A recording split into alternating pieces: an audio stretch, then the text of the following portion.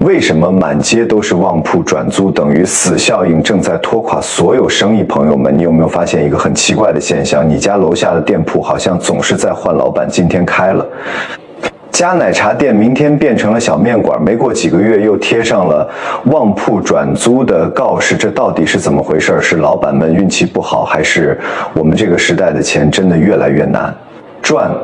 你可能觉得这不就是优胜劣汰市场竞争吗？但今天我要告诉你一个被很多人忽视，甚至有点暗黑的经济学概念，它就像一个隐藏在水面下的幽灵，悄悄地影响着我们每一个人。这个概念叫做等于死。什么叫等于死？听着有点吓人，但它却无比真实。你先别急，咱们先从一个你肯定经历过的场景说起，保证你一听就明白这个小小的现象背后隐藏着一个足以让整个市场都感到恐慌的巨大危机。咱们都去过菜市场吧，尤其是傍晚时分的菜市场，天色渐晚，人潮退去，各个摊位都准备收摊了。这时候你总能看到一些大爷大妈，他们不着急买菜，就在各个摊位前溜达，眼神里透着一股我很有耐心的，他们在等什么呢？是在等老板打折促销吗？是，但也不全是，他们等的是一个更确定的结果，那就是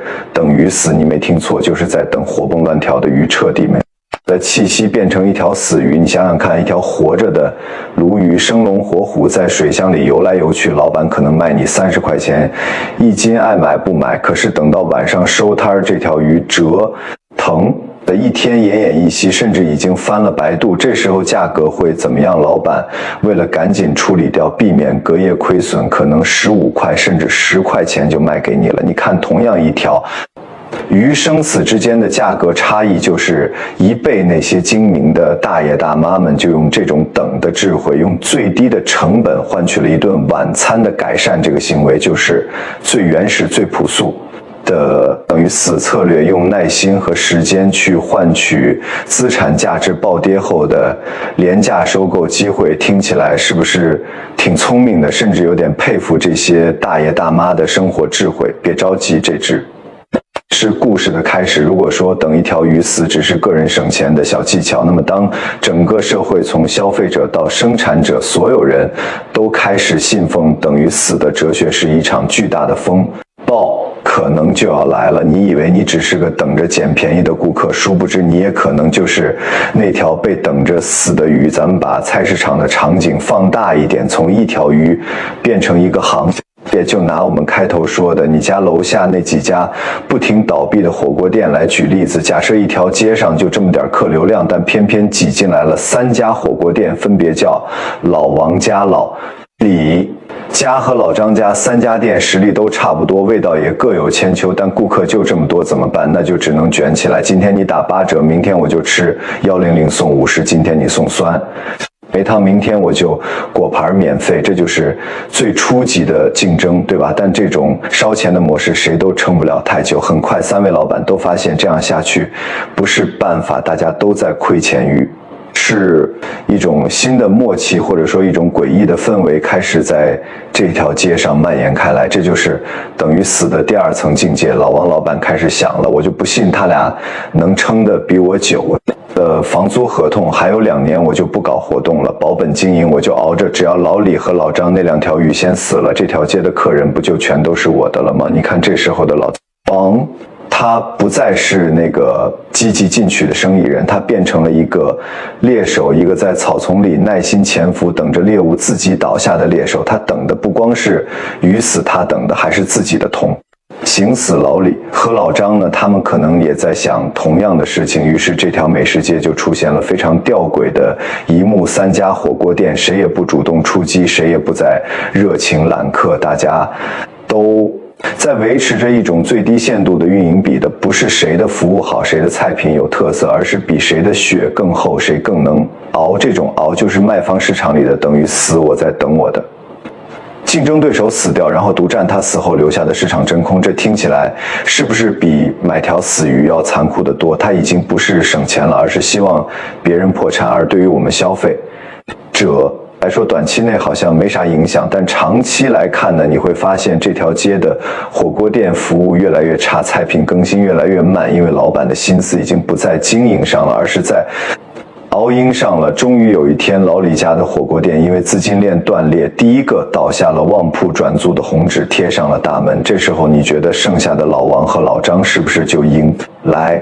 到春天客流一下子就多了一半，对吧？但你猜怎么着？老王和老张对视了一眼，非但没有喜悦，反而更加谨慎了，因为他们知道最后的决战要来了。现在是两个人分这条街的蛋糕了，斗争只会更惨烈。他们继续熬，继续等着对方成为那最后一条倒下的鱼。这个过程可能要持续1年甚至更久，在这漫长的等待中，整个市场的活力都被消耗殆掉了，没有创新，没有服务提升，只有压抑和沉闷的等待。这就是等于死思维对一个行业最可怕的腐蚀。你以为你等来了胜利，但你等来的可能是一个已经毫无生机的烂摊子。就算老王最后真的熬死了，老张独自霸占了整条街，他会涨价吗？可能不会，因为长期的熬已经让他元气大伤。更重要的是，消费者的信心和习惯也在这场熬鹰中被彻底改变了。大家已经习惯了去更远但服务更好的地方去吃火锅。这条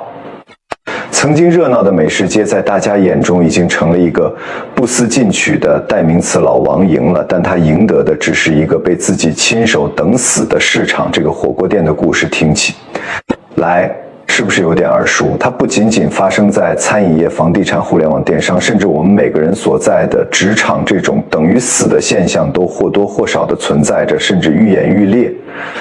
我们再把格局打开，看看更让人触目惊心的例子。前几年，很多大城市的写字楼里都上演着一幕幕等于死的大戏。一家公司雄心勃勃地租下了一整层办公室，花了上百万装修的富丽堂皇，结果呢，可能因为大环境不好或者决策失误，业务没做起来，公司黄了。但是他和业主签的可是5年的租房合同，违约金高的吓人，怎么办？只能把这个装修好的办公室忍痛转租出去。这时候新的等于死玩家就登场了。一些想租办公室的公司看到了这个机会，他们会怎么做？是立刻接下来感谢对方帮自己省了一大笔装修费吗？不，他们会选择等，他们会跟那个急着转租的钱老板说，你这个价格还是太高了，我们再看看，然后就拖着他们，知道你比我急，你多空1天就要多付1天的租金和物业费，你的血正在一滴一滴的流。这些等待者就像是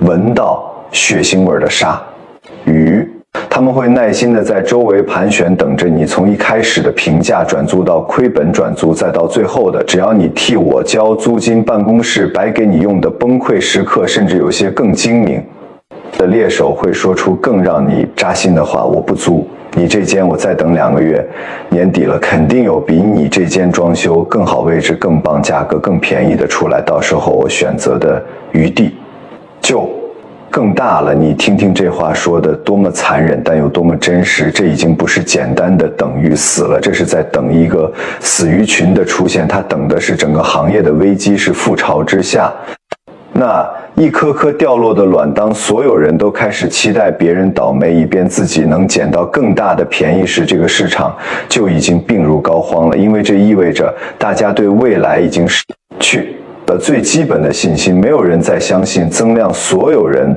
都只盯着眼前这点存量，想着怎么从别人的尸体上分一杯羹。这种心态比金融危机本身更可怕，因为它会自我实现。你越是觉得经济不好、无金口袋、不花钱，企业就越赚不到钱，就越会裁员降薪，然后你就越觉得经济不好，形成一个完美的死亡螺旋。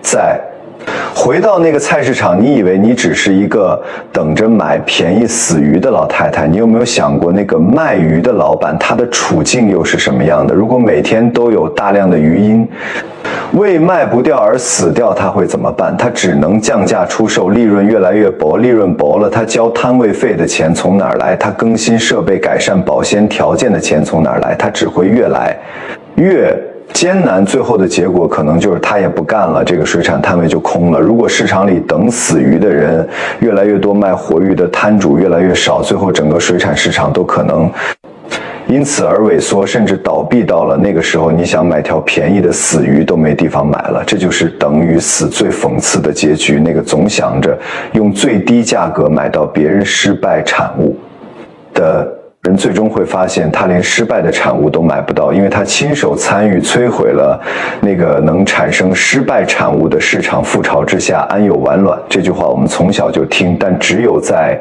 等于死这个现象里，你才能真正理解它那种深入骨髓的含义。你所有接触的生意伙伴，你的上游、你的下游，大家都不赚钱了，你觉得自己能独善其身吗？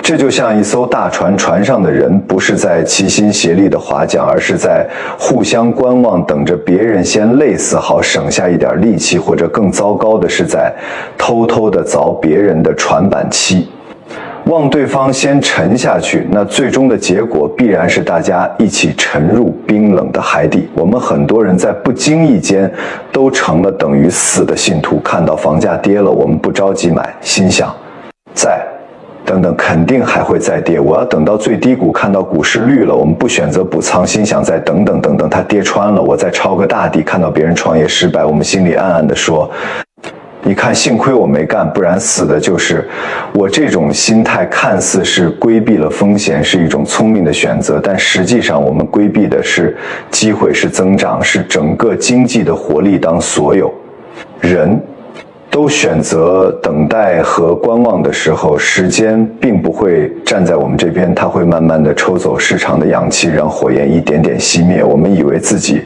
是那个能笑到最后的赢家，很可能我们只是那个在温水里被慢慢煮熟的青蛙。你可能会说，这不怪我啊，大环境就是这样，我只是个普通人，我能怎么办？我手里的钱就这么多，我当然要精打细算，我当然要等东西便宜了再买。这话有错吗？没错，但问题在于度的把握。正常的理性消费和病态的等于死心态是有着本质区别的。前者是基于价值的判断，而后者是基于对他人失败的预期。一个是我觉得这个东西值这个价，另一个是我觉得你快完蛋了，你不得不降价。这种心态的蔓延会彻底改变商业的底层逻辑。商业的本质本应该是价值交换，是我为你提供好的产品和服务，你付我相应的报酬，我们实现双赢。但在等于死的逻辑下，商业变成了零和游戏，甚至复合游戏。我赚的钱一定是你亏的，我的成功必须建立在你的失败之上。这种逻辑一旦成为主流，那么创新、合作、共赢这些词就都成了空话。整个社会会陷入一种比烂的怪圈。我不需要做得多好，我只需要比你烂的慢一点就足够了。我不需要开发什么新产品，我只需要等那个搞创新的先驱烧光钱死掉，然后我再去抄袭他的创意就可以了。这会带来什么后果？没有人愿意当那个出头鸟，没有人愿意去冒风险去探索未知。因为在等于死的猎手眼中，那个最先跳出水面的就是最先会被盯上的活鱼。大家都选择潜伏在水底装死，于是整个市场一潭死水，毫无生气。你等我，等大家一起等，等着别人先倒下，等着天上掉馅饼，等着政策来救市。我们在等待中消耗了最宝贵的资源、时间和信心。让我们再深入思考一下，这种等于死的心态到底是从何而来的？我认为它源于一种对未来的极度不确定性和悲观预期。当我们觉得未来的蛋糕不会再变大，甚至会缩小时，我们自然就会把目光投向如何瓜分眼前的存量蛋糕。就好像一群被困在孤岛上的人，明知道食物有限，那么他们之间必然会从合作者变成竞争者，甚至是敌人。每个人都想多囤积一点资源，以应对未来的不确定性，而等于死就是囤积资源的一种极端方式。它表现为买方的持币观望，也表现为卖方的苟延残喘。买方在等资产价格的崩盘，卖方在等竞争对手的出清，双方都在一个僵局里互相消耗，谁也不肯先动。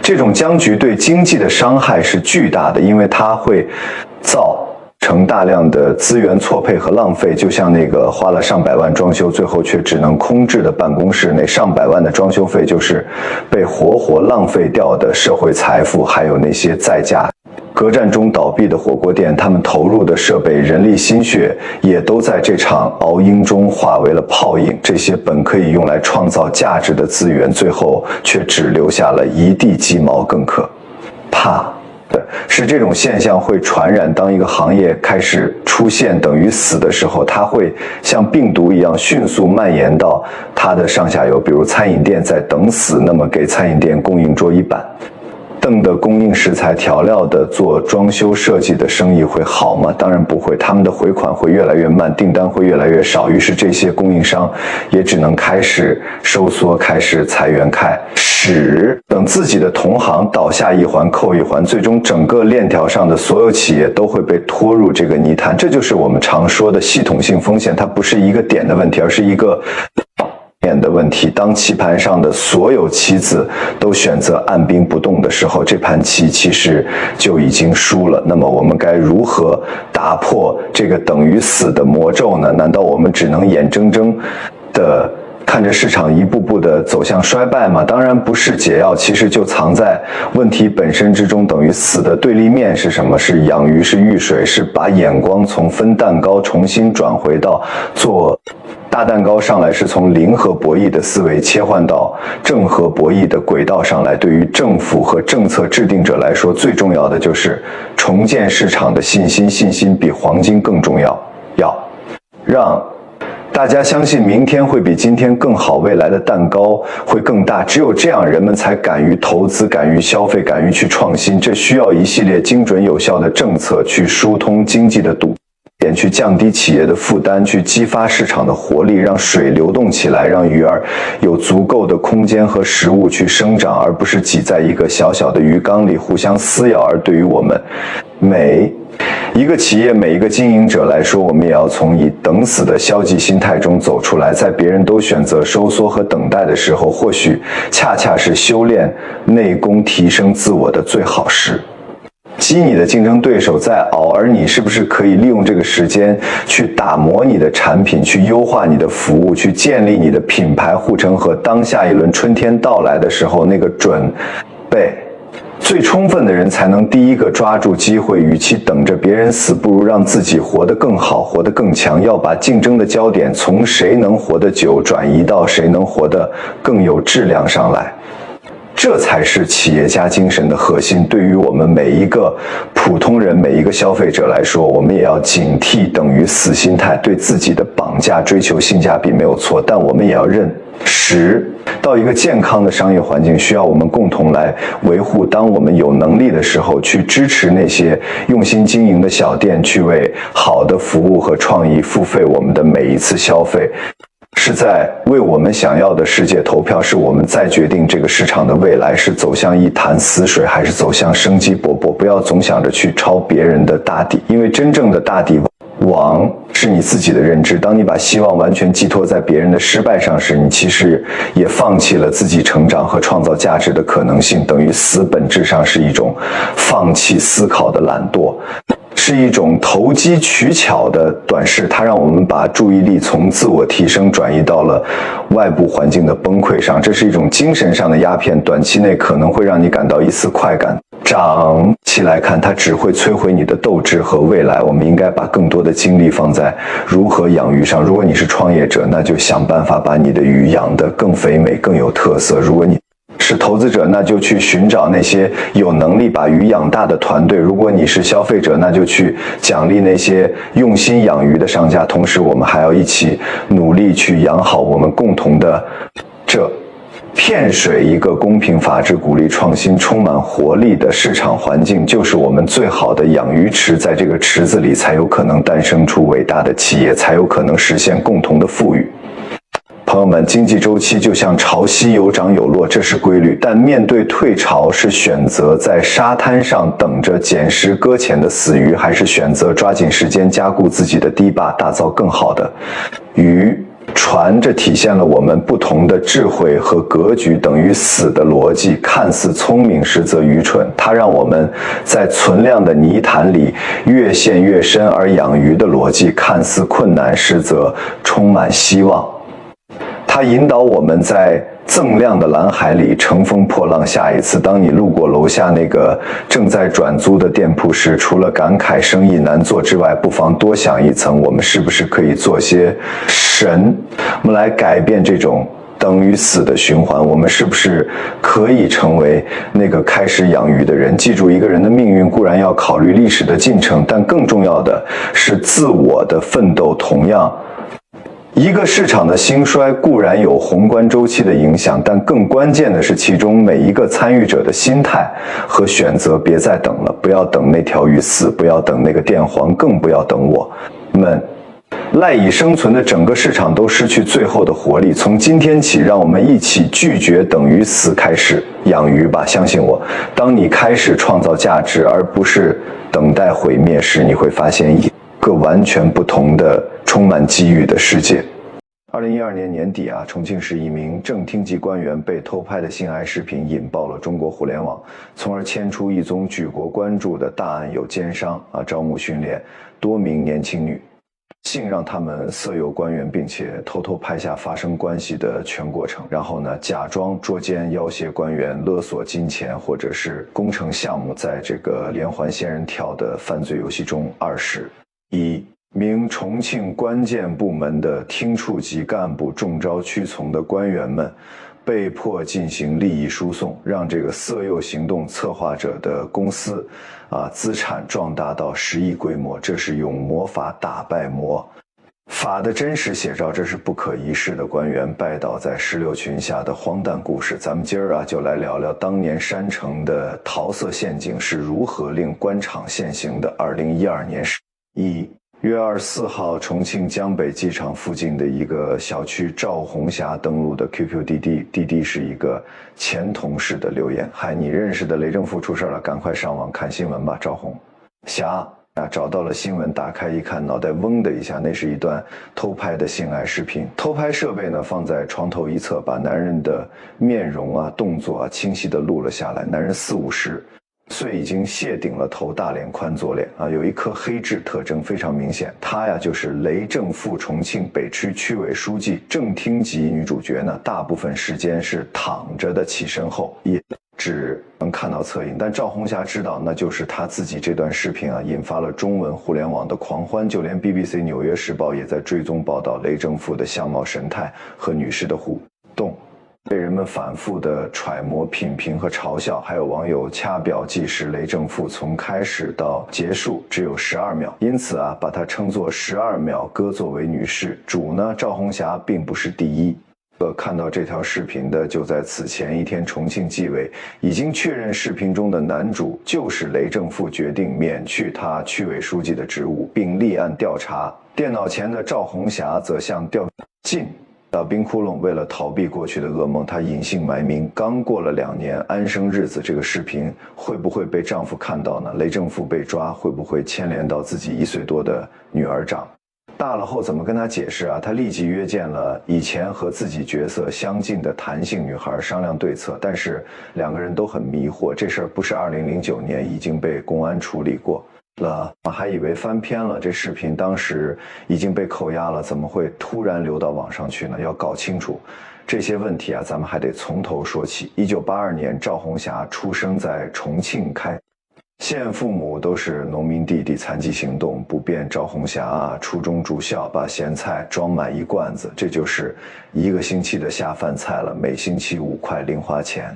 到寒暑假的时候呢，能攒下50块钱拿回家。春忙时在水田里弯腰插秧，双脚泡得肿胀。暑假呢，到地里摘花生，晒得脸蛋儿通红。妈妈看着心疼，想给她买件新衣服。赵红霞会说：“我就爱穿旧的。”她看到男孩会脸红，不敢说话。这个时候的她是典型的农家女，吃苦节俭腼腆。她成绩不算好，初中毕业后到技校上学，18岁那年进入重庆公交公司当售票员，工资不高，勉强够房租和日常吃穿。后来赵红霞跑去酒店短暂打工，也当过护工，甚至一度到广西加入了传销组织。那是2007年，赵红霞刚刚丢了工作，她病急乱投医，托一个在安利听讲座认识的朋友帮忙找工作。当25岁的赵红霞还陷在社会的泥潭中，为了温饱挣扎球生时，雷正富已经是重庆北区区长直辖市的一方大员了。那他们又是怎么相识的呢？雷正富出生于1958年，比赵红霞大24岁。他的家乡在重庆长寿县，距离赵红霞的老家呢有300公里。他18岁当了老师，随后用了30多年奋斗到北区区区长的位置。在下属眼中，他果断豪爽又想法。而且呢，注重自身形象，在公开场合表现得亲民和蔼，无论是年龄阶层还是经历，赵红霞和雷正富都隔得太远了。两人之前没有任何的交集，以后也不太可能有交集。直到某一天，赵红霞遇到了一个叫萧烨的人。那天，朋友在饭局中给赵红霞介绍了一个叫萧烨的人，他自称是香港华伦达公司重庆代表处的负责人。饭局上，他主动找赵红霞要了电话号码。2007年9月16日，农历8月初6，赵红霞生日那天，萧烨打来电话说自己公司的员工在聚餐，叫赵红霞到一家火锅店去吃饭喝酒。赵红霞呢，平时酒量不错，喝7、8瓶啤酒都不会醉。但是那一次啊，他说自己只喝了1瓶多就醉了。萧烨的几个跟班扶着他到宾馆开房，进了房间。赵红霞说我想回家。萧烨的跟班说老大还有应酬，等下要过来。赵红霞迷迷糊糊的泛起狐疑，他过来干什么？想着想说呀，他就睡过去了。半夜萧烨开门进来拔赵红霞的衣服，赵红霞被惊醒，开始反抗衣服被萧烨扯掉了扣子，最终萧烨强行和她发生了性关系。赵红霞回忆说，第二天早上起来他很生气，但是萧烨说真的很喜欢他，会对他负责的，让赵红霞做他的女朋友。赵红霞呢，先是拒绝，但是很快就改变了想法，既然已经被迫跟他上床生米，煮成了熟饭，就同意以后跟他在一起了。他从前台要来针线，缝好了扣子，离开了宾馆。过了1个月，萧烨再次和赵红霞联系，见面得知赵红霞还没有工作，萧烨给了他5000块钱，说现在公司也挺困难的，亏了几千万，这么难的情况下还这么仗义，让赵红霞很感动于是当晚那2人又去开了房。萧烨叫赵红霞到自己公司去上班，但是希望他们的暧昧关系不要让公司的人知道。赵红霞每天拿着公司的宣传彩页到各处机关单位推销服装。小野经常诉苦，说公司经营不容易，资金很困难，还说起一些官场上腐败的事。赵红霞听的是又担心又着急男朋友做的都是大生意，自己什么都不懂，怎么才能帮到他呢？他觉得自己很没用。有一天萧烨在办公室让弟弟严鹏给赵红霞播放了一段偷拍的性爱录像，严鹏就介绍说这录像里的男人呢，是某单位的领导女人，是自己的老婆，陪这个领导睡觉之后给公司签了大单子。他说我想得开，我们现在有车又有房，还可以搞很多钱呢，铺垫的差不多了。萧烨对赵红霞就提出可不可以像这个女的一样去陪领导睡觉呢，然后公司就可以签到很多单子了。他说当我的女朋友就要帮我嘛，为了2个人的将来就应该这么做。赵红霞一开始不同意，但经不住萧烨的花言巧语，最终答应了这个色诱计划。他后来说我太单纯了，太看重感情了。而赵红霞和雷正富这2条原本不可能交叉的平行线，在萧烨的拨弄安排下即将相遇。到这儿咱们也该说说这萧烨了1964年生，人籍贯四川岳池县，本名严宗义。2003年呢，他在四川犯敲诈勒索等罪被判刑1年0.6个月，出狱之后他改名为萧烨，到重庆发展。2005年，岳萧烨和弟弟严鹏在重庆成立了香港华伦达服饰有限公司，主业呢是服装销售。哥俩的朋友许社清也加入公司担任人事部经理，此人也是这个故事中的关键角色。2007年下半年，他拿着公司的服装去卖，结果被偷了。为了弥补公司的损失，他就想了一个招，那就是偷拍地方官员的性爱视频，让公司跟更多的领导搭上关系，利用领导推动公司的发展色诱。领导那肯定不可能靠他们这3个大男人他们需要很多女人作为诱饵。许社清呢，则招聘女孩要年轻要漂亮。新员工上班后他就便假称说肖老板呢是香港人，家里很有钱，8岁的时候被人抱到大陆养大的，长大后并没有回香港。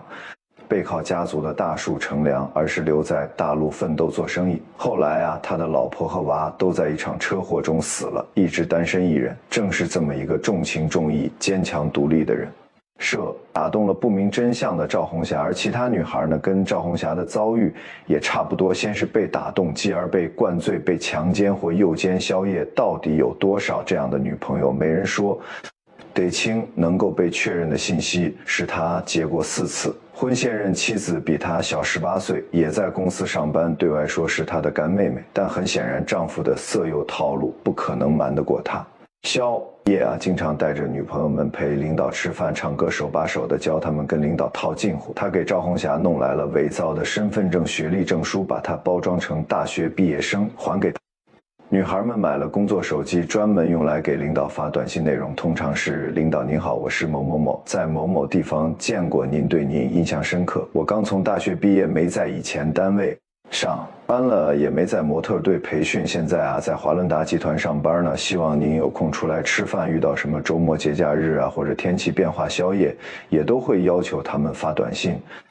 导您好，又是1周过去了，您工作忙吗？天气突然转凉了，请注意及时添加衣物。这些短信啊，一般都是宵夜口述女孩们记录并且群发的短信的对象，都是党政干部，特别是单位的1、2把手。那么问题来了，普普通通的小生意人，宵夜是怎么拿到领导们的手机号的呢？这个呀，又是许社清的功劳，他搞来了2本政府领导通讯录，渠道是重庆市级机关事务管理局的一名干部，此人曾向许社清啊借过3万元的高利贷，月息12%。后来许就告诉他，想通过官员找关系做工程，他就给许复印了7、80页 A4 纸的通讯录。用于偷拍的设备呢并不复杂，包括针孔摄像头 MP4，差不多烟盒大小一头。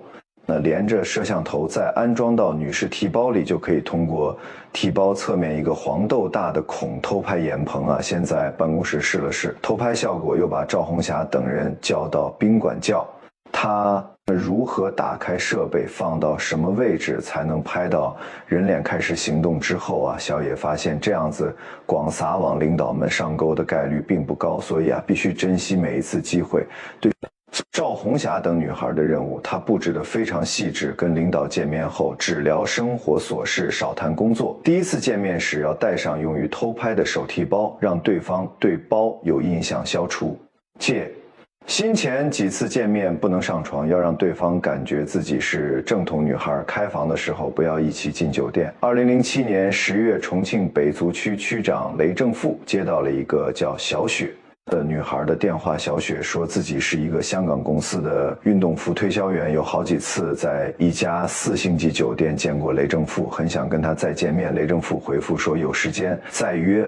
后来啊，双方经常短信联系。2008年1月中旬的一天，小雪接到了雷正富的电话。这一次啊，区长大人终于咬钩了，两人在渝中区一家茶楼见面。小雪自我介绍说，他是重庆工商大学毕业的学生，老家在开县，父母都在深圳打工，自己呢在华伦达公司工作。雷正富也算是阅人无数了，熟悉他的人都知道这人向来好色，他有很多香艳的传闻，比如说包养美发院的老板把宾馆女服务员给捧成公务员。小雪呢让雷正富产生了新鲜感。这女孩的相貌虽然算不上美若天仙吧，但面容清秀，穿衣朴实，没有多少风尘气。总之印象不错，两个人聊得很开心。1周以后啊，两人约在一个歌厅欢唱1个多小时。雷正富拿了1000多元让小雪去宾馆休息。小雪呢开了一个单人间，把房间信息发给了区长大人，在那2人发生了第一次性关系。这个小雪呢就是赵红霞。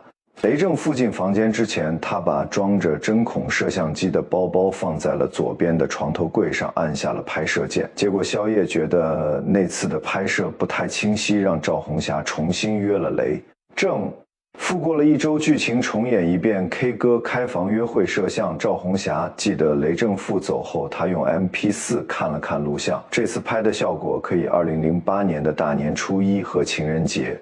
赵红霞又2次约到雷正富，以过年的名义，区长大人也拿出5张面值1000元的购物卡。赵红霞只收下了2张情人节那一晚在一家5星级酒店2人发升关系后，洗完澡，穿好衣服，喝茶聊天，突然砰砰砰传来了敲门声。赵红霞打开门，闯进来2名男人，他们先是殴打雷正富，说居然敢搞我女朋友，然后呢又打了赵红霞，边打边骂你他妈敢背着我偷人雷正富。此时啊还心存侥幸，他狡辩说2人只是朋友关系，没想到这个时候呢又进来了一个男人，自称是私家侦探，拿出一个类似于摄录机的东西，播放了一段视频，是雷正富和赵红霞之前在宾馆的性爱录像。这下呀，雷正富脸色苍白，一言不发。后来他一说他们做出一副要找我算账、凶神恶煞的样子，还在那手舞足蹈的，还说要把视频向社会公开出去。他完全乱了阵脚，竟然试图抢夺 MP4，结果没抢到。雷正富只好问赵红霞该怎么办。赵红霞在一边哭着说男朋友刚出狱，只听公司肖总的招呼。大约过了20分钟，肖总出现了，他把雷正富拉进卫生间，询问情况。雷正富说我是北区区长肖烨就呵斥了其他人，让他们离开，然后呢递给雷正富一张名片，让他放心，这个事情呢清楚了，后头我再来处理，你可以先走。终于遇到了个文明人雷正富松了一口气，他给了肖烨一张名片，说非常感谢肖总过来，如果有什么需要可以联系他，还抱怨说你的员工太不文明了这个事情你要处理好，区长的气度似乎又回来了。肖烨自认为这个局设计得非常周密，在现场播放视频是要让雷正富知道把柄，被拿捏住了。有人冒充男朋友是为了让雷正富知道会有人不依不饶，而有人冒充侦探是为了不让雷正富察觉到视频的真实来源。所有人都是画明避免日后被打击报复。为了确保现场的效果，众人事前在宾馆和公司都搞了演习呢，反复排演机位台词出场，顺序捉奸雷正富的时候一个跟班因为演的又凶又狠，获得了肖烨的表扬，而所有这一切都是为肖烨扮演的和事佬的出场做铺垫。肖烨认为从现场看对方相信我是可以控制住局面的，要让雷正富知道我不是设计陷害的坏人，而是消除视频威胁的好人。捉奸的戏算是演完了，肖烨迫不及待地让雷正富办事。第二天肖烨安排赵红霞反复的打电话告诉雷正富自己怀孕了，要把小孩生下来，要和他结婚。这下雷正富急了，立刻打电话给肖烨，要他赶紧摆平，而肖烨要的就是这样的效果，让雷正富主动来找他。不久雷正富接到了肖烨电话，称事情已经处理好了。晚上2人见了面，肖烨告诉雷正富他已经将 MP4 砸碎扔到了河里交域。后来说他交出光盘用意是暗示视频的原始文件还在他手里，那是谈判的筹码呀。雷正富呢也不傻，当然不相信文件已经被销毁，但表面上又不装得很相信的样子，俩人心里都在打着小算盘。这时肖烨的话锋一转，说最近公司资金周转紧张，希望雷正富帮忙协调解决500万元。雷正富瞬间就懂了，他想搞我的钱了，用捉奸和性爱视频来要挟我嘛。不过他也没有别的办法，只好叫来区里的一位企业老总，说肖烨需要融资300万，老总呢很爽快，想都没想就答应了。他借出去的钱既没有抵押也没有担保。这位老总事后对警方说，自己的企业在北歌区雷正富关照过公司，这次算是回报。这300万是肖烨赚到的第一桶金，他还了20多万的信用卡账，又用了190多万买下了500多平米的办公室，还从雷正富那儿拿了总造价2600多万的3个工程以及一个2万平方米的安置房项目。其后肖烨承揽了大量重庆各区县的政府工程，一个濒临倒闭的服装公司。就这么在4年时间内发展成了一个员工600多人、固定资产近10亿的永煌实业公司。当然了，这不是雷正富一个人的功劳。根据官方调查，被肖烨做局色诱的官员共21人，其中党政干部15人，国企领导6人。小小的针孔摄像头成就了大买卖。2009年春风得意的肖烨突然被警方盯上了。据南方都市报等媒体的报道，雷正富一再被他敲诈之后，觉得不是长久之计，于是主动向重庆市委书记薄熙来坦白。薄熙来指定重庆市公安局长王立军办理而裁。经杂志提供了另一种说法，说在王立军主持下，重庆警方搭建了大情报系统，12分钟内可将全国13亿人查询一遍，4分钟可将全国在逃人员核查一遍。这个系统呢，捕获了宵夜手机号和不少官员的互动信息，警方顺藤摸瓜，从而发现了这个桃色圈套。总之啊，王立军已经手握案件线索。2009年底，他安排得力助手副局长郭维国查办这起敲诈党政干部的案子。他给出2个手机号，说是嫌疑人用于敲诈的号码。这郭维国啊，就是后来办理仲尼而海伍德死亡案中包庇博古开来的那个人。他手下的专案组办事能力很强，半个月时间就查明了一切，并迅速抓到了宵夜、赵红霞等人，缴获了视频、资料和很多张光盘。郭伟国向王立军单独汇报案情。王立军说，案件重大涉及面广，影响极坏，得向市委市纪委汇报。他要求郭伟国赶紧把那些性爱录像交给他。郭伟国后来说，他不知道王立军到底有没有把录像上交。王立军呢，在重庆市公安局主楼15层有一个档案室，抓人小辫子的材料应该都是放在那儿，但后来谁都没有找到专案组。这个时候呢，有些为难王立军对案件没有进一步的指示，更要命的是缺少受害人的指控毕竟这些被偷拍的关大员谁都没脸承认这种事儿专案组在搜查宵夜办公室的时候，除了性爱光盘和硬盘，还抄出了几枚假印章，他们只能以私刻印章罪进行追究。后宵夜被判有期徒刑1年，缓刑2年，赵红霞被刑拘1个月。这个案子淹没在轰轰烈烈的唱红打黑运动中，没有引起什么关注。但王立军似乎才是案件的受益者。据财经杂志报道，在性爱录像交给他之后呢，那些深陷桃色圈套的重庆党政官员，不少人就成为了他经常召唤的对象，雷正富更是伺候。在王立军的鞍前马后，像是一个跟班。2010年6月，宵夜走出看守所，恰好在这个岳雷区长刚刚升任北滁区区委书记偷拍事件，并没有耽误他的事。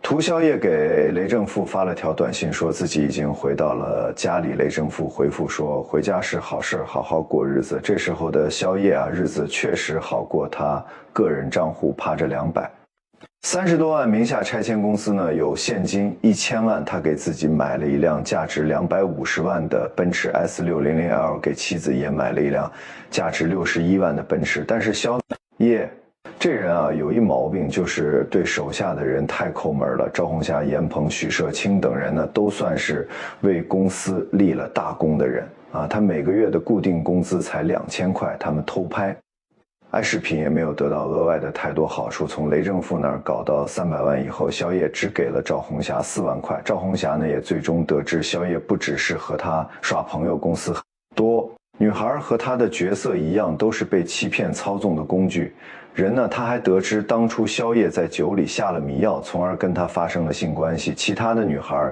也都是类似的遭遇。赵红霞在内的几位员工心灰意冷，决定离开。他们从一张宵夜名下的信用卡取现8万元，赵红霞分得3万。总体来说宵夜布置的任务，赵红霞完成的是比较出色的。他参与色诱6名官员，除了雷正富，还有重庆市江北区常务副区长、重庆市政府金融办公室主任、重庆合川区区长、重庆市建设投资公司副总经理、重庆市教委主任，这些重量级官员帮助宵夜公司固定资产发展到10亿规模。但赵红霞总共得到的呢是7万块钱。亲兄弟严鹏也和宵夜闹翻了。宵夜曾经找严鹏借了30万，承诺挣到了钱就还，现在日子好过了，依然推三阻四，不愿意还钱。严鹏决定一拍两散，从各个家偷出了一张光盘，他事儿后交代，这光盘后面都写着字呢，我只拿走了写着雷字的，因为我只认识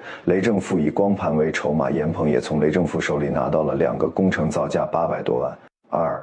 2012年5月，因为没得到老板画的大饼，负责招募女孩的得力干将许社清也离开了公司，另起炉灶，还带走了几名女孩，想复制之前的商业模式。他甚至想让赵红霞去新公司帮忙教女孩们如何色诱政府官员，如何拍视频。这次啊，赵红霞没答应，她换了手机号，找了新工作。2010年嫁给了一个体包工头，生了个女儿。她以为过去的一切已经翻篇了。2012年夏天，许社清在家里头翻出了一个 U 盘，里面是雷正富的性爱视频，那是他以前偷从宵夜的电脑上拷贝的。他想到老板那些化为泡影的承诺，什么卖别墅、买宝马、送股份的，恨意难消啊，就产生了报复宵夜的想法。他觉得如果掀翻了雷正富，不就等于搞垮了宵夜吗？通过河南老家的一位朋友搭桥，他在北京的一家餐馆见到了记者朱瑞峰，对方在香港注册了一家名叫人民监督网的网站。雷正富的不雅视频又被拷贝到了朱瑞峰那里。11月20日下午16点41分，朱瑞峰把雷正富的性爱视频发布到网上，瞬间他的网站就瘫痪了20多万人同时在线。他赶紧又上了8台服务器、16台服务器同时运行。朱瑞峰告诉凤凰卫视记者，曾有人打电话来替雷正富求情，那人称是北京糖果 KTV 的老板，叫侯军。他还把朱瑞峰的家庭住址发了过来，显然是一种威胁。而雷正富呢，也亲自打来电话向朱瑞峰苦苦求情。那现在我们来听听当时这个雷正富和爆料人之间的一段对话。你那个资料不该上网就不要上网了，如果上了什么网，你不要取下来了，好不好？是不是兄弟有没有那个情况是这样？因为我们也是通过编委会已经研究了 Font， 你哥哥们你怎么这样啊？就说要谈赛还要谈赛，那个编委会嘛，你是主编赛对不对？你怎么咱们兄弟怎么这样？是吧？哈哈，你既然要认这个兄弟的话，那我不找别人，我要找你，好吧？好不好？那就拜托你哈，现在咱们既然兄弟一场，我知道这个你不是以我为敌的，也不是想整我的，是不是想结交了个朋友？那你就应该把那些事情处理好，对不对？你总要赢得哥们儿的信任嘛，对不对？你说是不是？他得那就拜托你哈，这个抓紧把它处理好，好不好？春节过后见，说一堆的，拜托你。好，就这样吧哈。好，但是啊，一切都晚了。这天恰好是重庆市新的市委书记孙政才到任，重庆官方很快决定免去雷正富北市区委书记职务，立案调查。从视频流出到官宣免职，只用了63小时，作风问题其实不足以受到司法惩罚，但不可避免的雷正富的经济问题藏不住了。2013年6月19日，他被押上法庭。检方指控中，雷正富最大的一笔受贿就是他协调给宵夜的那300万借款。雷正富呢辩称和赵红霞是恋爱关系，耍朋友而已。他还说自己错找了一个女人，愿意承担党纪政纪处分，但坚持不认为构成犯罪。庭审中他表现得很平静，时不时仰望天花板，还2次往后靠着椅背，像是坐在班椅上，被法警当即纠正。最终雷正富被判刑。2024年1月，有媒体求证后披露雷正富获得刑满释放。雷正富的性爱视频引发的巨大反响，让许社清开始害怕。他把视频从 U 盘中删除，又把 U 盘砍成几段，包在纸里扔掉。但是纸是包不住火的。视频流出第3天，重庆警方将宵夜、许社清、严鹏照、红霞等人刑拘，最终法院以敲诈勒索罪判处宵夜有期徒刑10年，许社清4年，严鹏3年6个月，赵红霞有期徒刑2年，缓刑2年。赵红霞在看守所时对律师说，老公是一个非常好的男人，怪只怪我和他晚认识了几年，他请求公众给他的家人一些生活空间。他说，我自己做的事，一个人承担，恳请看在娃的面上，千万不要公开老公和娃的相片，他们太无辜了。事件发生后，赵红霞的丈夫不堪其扰，每天不是不敢出门，就是不敢回家，精神几乎要崩溃。他在接受《齐鲁晚报》记者采访的时候说，小女儿还不满2岁，每天都在喊妈妈，非常可怜。对于之前的经历，丈夫说，赵红霞呢文化不高，有些想法很简单，没什么，心机过于轻信别人了，但是我们2口子的感情一直都很好。他很气愤的是，赵红霞与那些官员的事2009年就向公安机关交代过，却迟迟没有处理。这才导致后来的家庭悲剧。确实，重庆警方在2009年就侦破了这个案子，但是并没有对偷拍的党政官员、国企高官进行询问和追责他们的仕途，没有受到影响，不少人还升了官。2012年事发后，重庆官方信息显示，被色诱的一共有21名厅处级官员，其中一部分人被处理，还有一部分名自受处分情况并没有公布在被处理的官员中，有的只是党纪处理，依然是国家干部，甚至能继续享受此前的职务待遇。南方周末的记者在2024年发现，有的官员仍然活跃在政坛。在这场官员性爱视频引发的网民狂欢中，赵红霞是最吃亏的那个角色，她失去了基本的隐私，关于她的段子满天飞，人们调侃他是反腐英雄，好奇他有怎样的魔力能吸引那么多的厅处级官员。赵红霞当然不是无辜者，他已经为他的行为付出了代价，但他只是一个工具人，在所有的环节中他是最弱势的那一环。在这个由金钱、权势和欲望编织的陷阱中，他甚至连拒绝的资格都没有。而吃瓜群众的娱乐狂欢中，他最后成为了被消费的主角，这是一个社会的悲哀。